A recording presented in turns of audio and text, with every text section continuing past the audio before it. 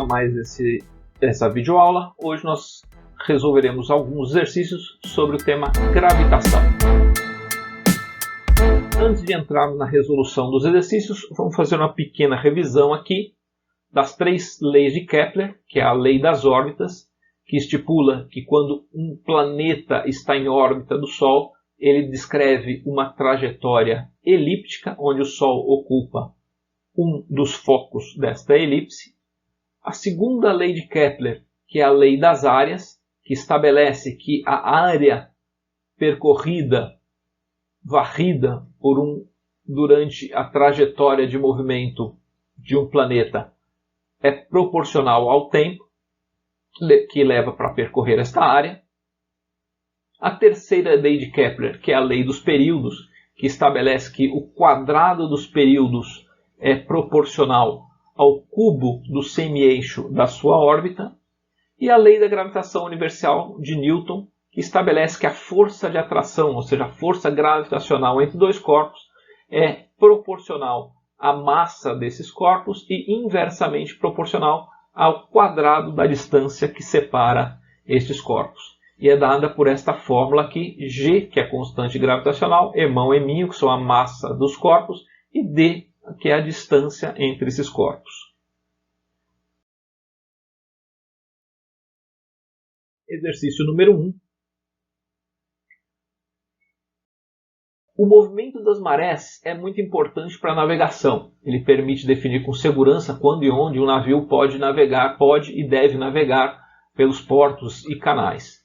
Em média, as marés oscilam entre alta e baixa num período de 12 horas e 24 minutos. No conjunto de marés altas, existem algumas que são maiores do que as outras. E aí ele pergunta, qual é a causa desta variação nas maiores marés? Primeira opção, a rotação da Terra que muda entre dia e noite a cada 12 horas. A simples rotação da Terra não teria efeito sobre as marés. Os ventos marítimos, pois todos os corpos celestes se movimentam juntamente. Os corpos celestes se movimentam, mas eles não se movimentam juntamente. Cada um tem o seu período, cada um tem a sua rotação, cada um tem a sua trajetória. E os ventos, eles se alternam, então não existe uma regularidade nos ventos marítimos de forma que eles pudessem causar as marés. Os ventos estão muito mais relacionados às ondas do que às marés. A terceira opção, que é o alinhamento entre a Terra, Lua e o Sol, porque as forças gravitacionais agem na mesma direção. Esta afirmação está correta, então o que causa as marés é a força gravitacional exercida pela Lua e pelo Sol, e quando a Lua e o Sol estão alinhados, isso acontece na Lua nova e na Lua cheia, as marés são mais altas, elas são mais vivas. A quarta opção é o deslocamento da Terra pelo espaço, pois a atração gravitacional da Lua e do Sol são semelhantes.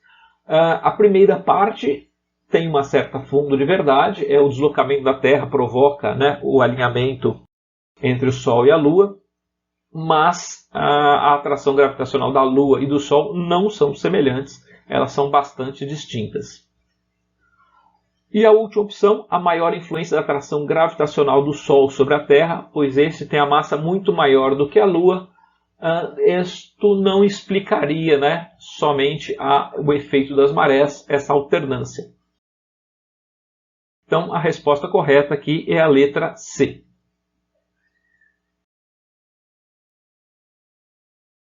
Número 2.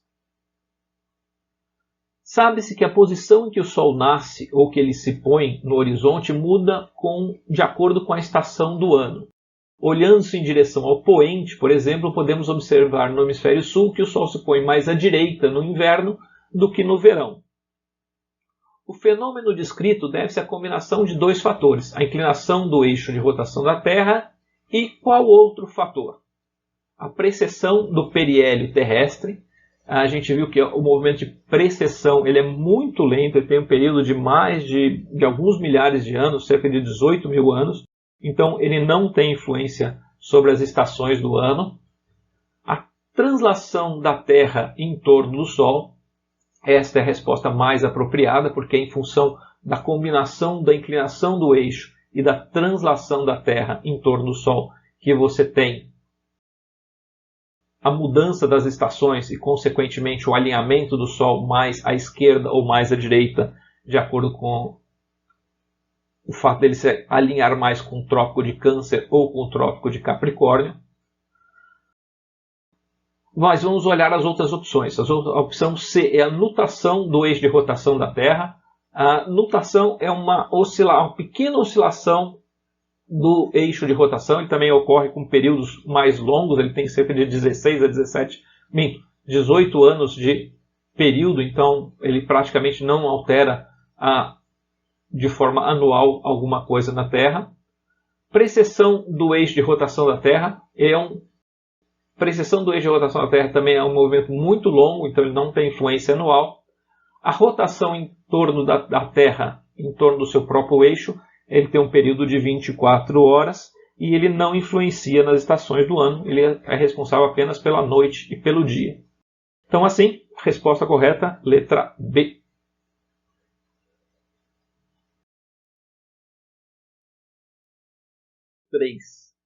Enem de 2009. Na linha de uma tradição antiga, o astrônomo grego Ptolomeu afirmou a tese do geocentrismo, segundo a qual a Terra seria o centro do universo, sendo que Sol, Lua e os planetas girariam em seu redor em órbitas circulares. A teoria de Ptolomeu resolvia de modo razoável os problemas astronômicos da sua época. Vários séculos mais tarde, o clérigo e astrônomo polonês Nicolau Copérnico, ao encontrar inexatidões na teoria de Ptolomeu, formulou a teoria do heliocentrismo, segundo a qual o Sol deveria ser considerado o centro do universo, com a Terra, a Lua e os planetas girando circularmente em torno dele. Por fim, o astrônomo e matemático alemão Johannes Kepler, depois de estudar o planeta Marte por cerca de 30 anos, verificou que a sua órbita é elíptica. Este resultado generalizou-se para os demais planetas. E a pergunta aqui é a seguinte: o que é correto afirmar? Ptolomeu apresentou as ideias mais valiosas por serem mais antigas e tradicionais. Elas são mais antigas, mas não são mais tão valiosas porque a tese do geocentrismo não explica praticamente nada hoje em dia. Copérnico desenvolveu a teoria do heliocentrismo, inspirado no contexto político do Rei Sol. Não foi assim, ele não é no contexto político, ele fez isso observando inexatidões na teoria de Ptolomeu. A opção 3, letra C, Copérnico viveu em uma época em que a pesquisa científica era livre e amplamente incentivada pelas autoridades. Isso não é bem verdadeiro, ele teve vários problemas com a igreja quando ele negou a teoria geocêntrica. A letra D, Kepler estudou o planeta Marte para atender às necessidades de expansão econômica e científica da Alemanha. Isso não é necessariamente verdade. E depois, a última opção, Kepler apresentou uma teoria científica que, graças aos métodos aplicados, pôde ser testada e generalizada. Então esta é a afirmativa mais correta, porque a teoria de Kepler, as leis de Kepler que foram desenvolvidas de forma empírica, depois se mostraram válidas quando, mais de 100 anos depois, Newton desenvolveu a lei da gravitação universal e pôde verificar a validade das leis de Kepler. Então, resposta correta, letra E.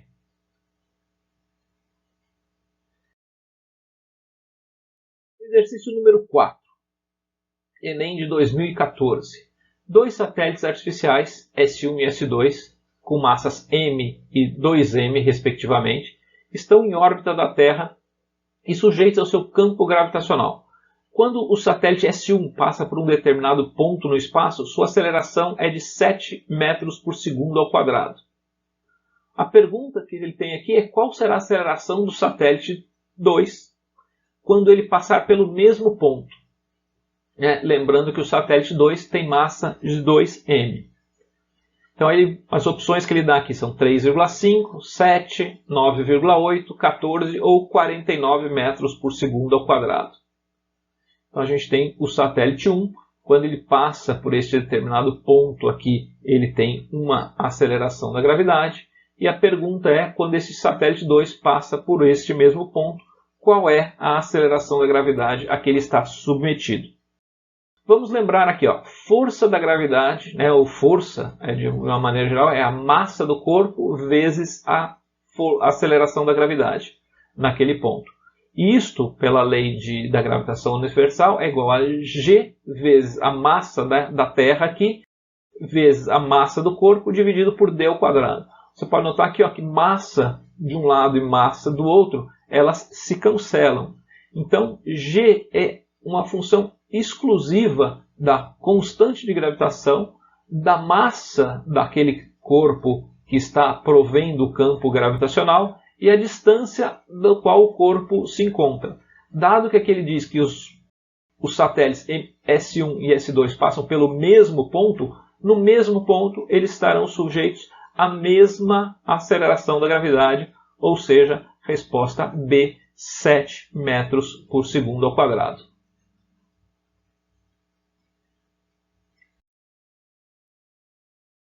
E o último exercício, exercício 5, fala de um asteroide que no dia 27 de junho de 2011, o asteroide chamado 2011 MD, com cerca de 10 metros de diâmetro, passou a 12 mil quilômetros do planeta Terra. É uma distância muito pequenininha. Se você olhar, ó, a Lua está aqui, ele passou aqui muito próximo, né, do ponto de vista astronômico, ele passou muito próximo da Terra.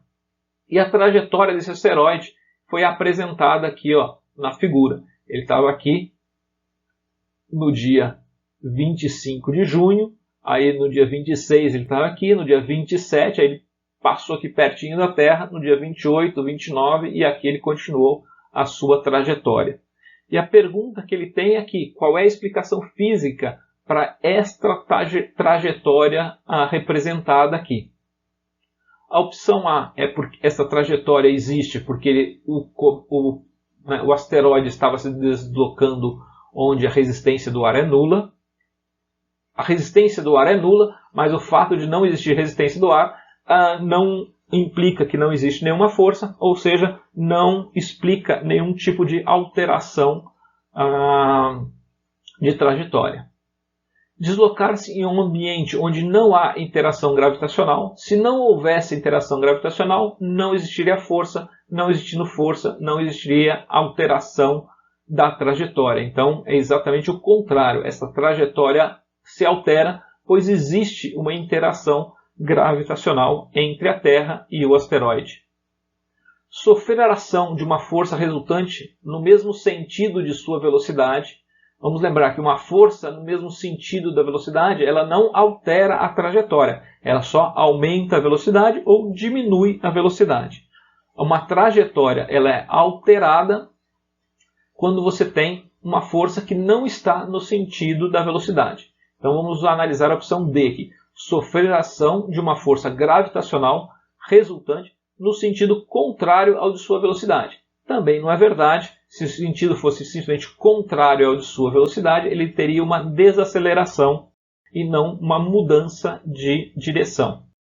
Vamos ver a última opção. Estar sob a ação de uma força resultante cuja direção é diferente da direção da sua velocidade. Esta é a afirmativa correta. Uma força diferente da velocidade, não alinhada com a direção da velocidade, provoca uma alteração da trajetória. Resposta correta, letra E. Bons estudos, bom aprendizado e vejo vocês na próxima videoaula.